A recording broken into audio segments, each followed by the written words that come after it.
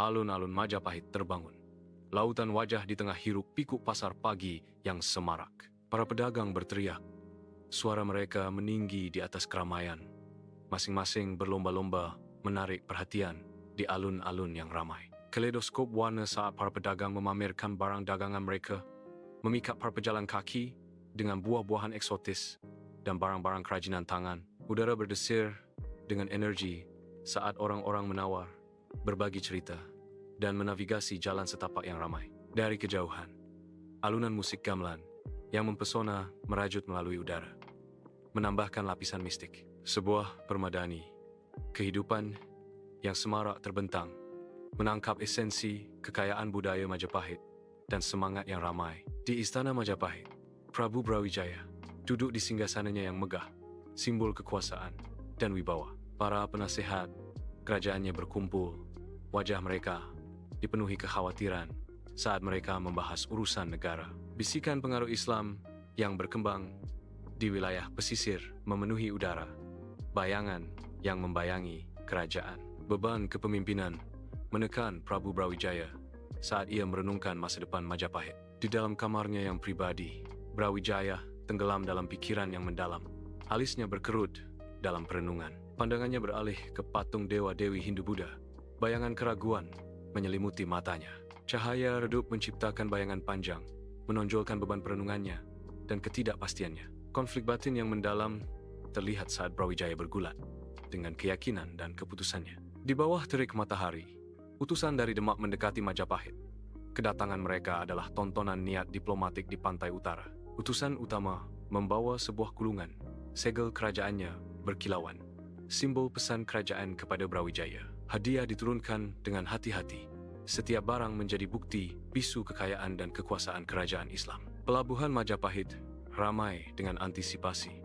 Udara dipenuhi dengan beratnya potensi aliansi yang tak terucapkan. Para utusan berdiri tegak. Wajah mereka adalah topeng hormat dan diplomasi terukur saat mereka menunggu audiensi dengan raja. Di ruang pertemuan istana, Prabu Brawijaya duduk, sosok yang mengesankan di singgasananya. Sinar matahari membanjiri ruangan, memancarkan cahaya ilahi pada utusan dari Demak. Para utusan berdiri di hadapan Prabu Brawijaya. Ekspresi mereka campuran antara hormat dan tekad. Ketegangan yang nyata memenuhi ruangan. Sebuah pertempuran, kehendak yang sunyi di bawah langit-langit yang berornamen. Mereka menyampaikan pesan tentang keindahan dan kebenaran Islam. Nasib kerajaan berada dalam keseimbangan, diterangi oleh cahaya keras hari itu. Di perpustakaan istana yang megah, cahaya lembut, lampu menerangi barisan buku-buku kuno. Rahasia mereka terselubung dalam bayangan. Prabu Brawijaya membaca dengan cermat teks-teks tersebut.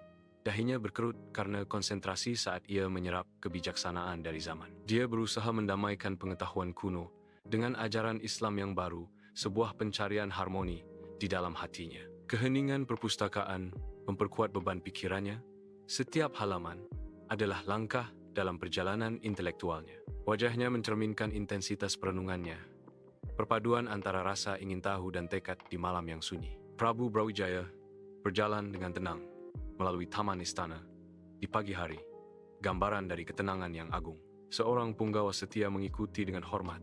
Kehadirannya menjadi bukti bisu atas wibawa Prabu Brawijaya. Taman yang rimbun memberikan latar belakang yang tenang untuk hal-hal penting yang ada di pikiran Prabu Brawijaya. Apa pandangan masyarakat tentang Islam? Prabu Brawijaya bertanya. Pertanyaannya menggantung di udara yang tenang. Di padepokan perbatasan, Prabu Brawijaya yang menyamar sebagai rakyat jelata mencari kebijaksanaan di sebuah pertapaan Islam perbatasan. Pertapaan itu berdengung dengan pengabdian yang tenang saat sinar matahari menembus dinding yang terbuka. Prabu Brawijaya mendengarkan dengan saksama. Tatapannya tertuju pada ulama, menyerap setiap kata. Ulama itu berbicara dengan bersemangat. Suaranya bergema di seluruh ruangan yang tenang. Murid-murid lain mendengarkan. Wajah mereka mencerminkan campuran rasa hormat dan perenungan. Prabu Brawijaya berbaur mulus dengan kerumunan.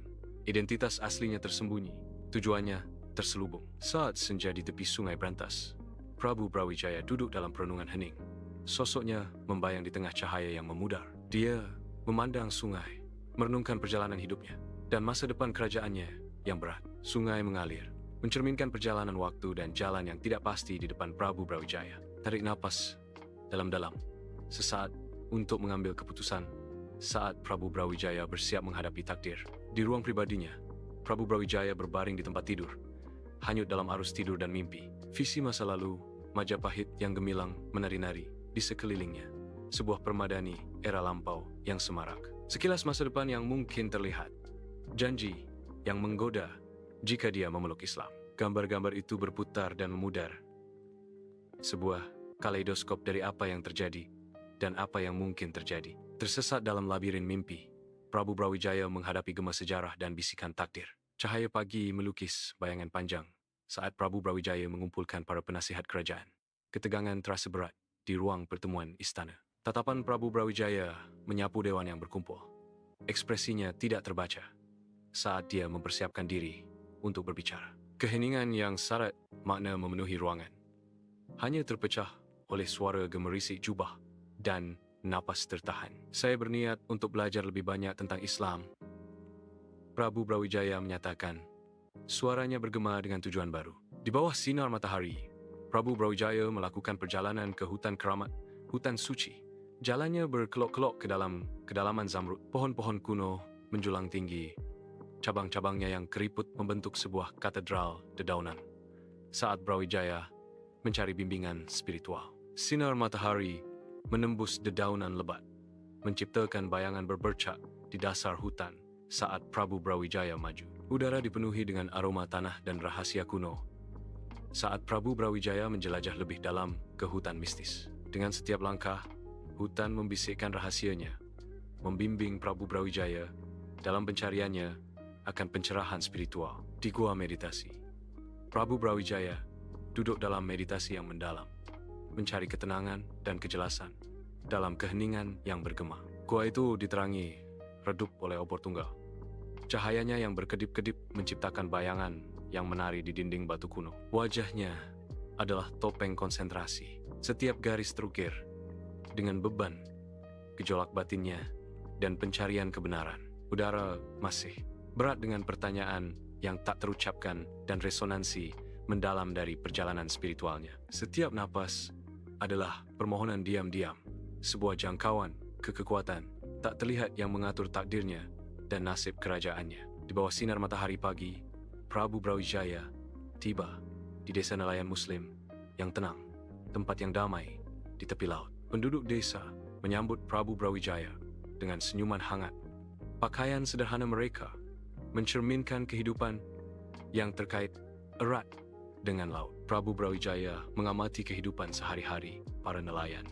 Jaring mereka terbentang lebar, perahu mereka bergoyang lembut di atas ombak. Dia berbagi momen dengan keluarga.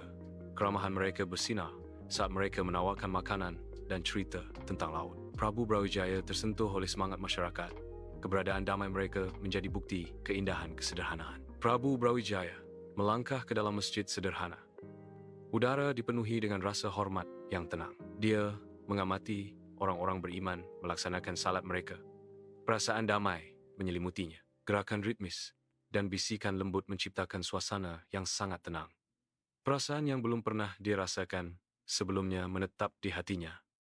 Ketenangan yang tenang di tengah pengabdian. Prabu Brawijaya memanggil utusan Demak ke istana Majapahit. Suasana khidmat dan penuh antisipasi menyelimuti singgasana. Prabu Brawijaya berucap dengan tenang di tengah keagungan istana.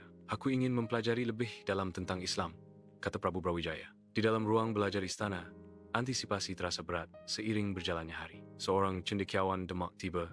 Kehadirannya menandai perubahan dalam suasana istana. Dia melangkah maju, siap untuk memberikan pelajaran Islam kepada Prabu Brawijaya. Prabu Brawijaya menunggu.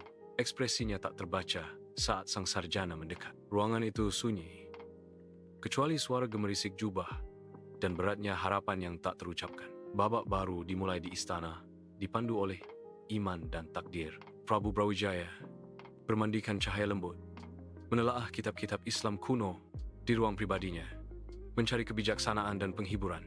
Alisnya berkerut dalam perenungan. Setiap kata menariknya lebih dalam ke dalam jantung keyakinan barunya. Ekspresi tenang perlahan menyebar di wajahnya, mencerminkan kedamaian yang tumbuh di dalam jiwanya. Dia memejamkan mata. Doa senyap keluar dari bibirnya saat dia merangkul ajaran dengan pengabdian yang baru ditemukan. Di bawah langit luas, alun-alun Majapahit, lautan wajah menoleh penuh harap ke arah pemimpin mereka. Prabu Brawijaya berdiri tegak, sosok kekuatan dan otoritas di tengah kota kuno. Kehadirannya menarik perhatian. Seorang pemimpin siap menyapa rakyatnya. Udara dipenuhi dengan antisipasi. Setiap mata tertuju pada Prabu Brawijaya. Suaranya kuat dan bergema, mulai memenuhi ruang terbuka, membawa kata-kata penting. Rakyat Majapahit mendengarkan dengan saksama. Nasib mereka bergantung pada setiap kata Prabu Brawijaya. Prabu Brawijaya tiba di Demak. Suasana hening menyelimuti kerumunan yang berkumpul. Pandangannya menyapu wajah para ulama dan umat muslim. Antisipasi memenuhi udara. Prabu Brawijaya melangkah maju.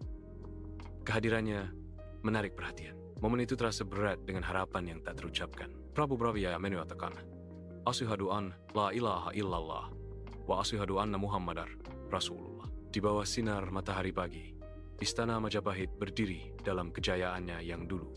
Simbol kekuatan kuno, Prabu Brawijaya, yang sekarang seorang muslim, kembali. Sosoknya membingkai gerbang istana yang megah. Ketegangan yang nyata terasa di udara saat dia melangkah ke halaman istana. Seorang penguasa yang telah berubah. Di dalam, dia memulai reformasi.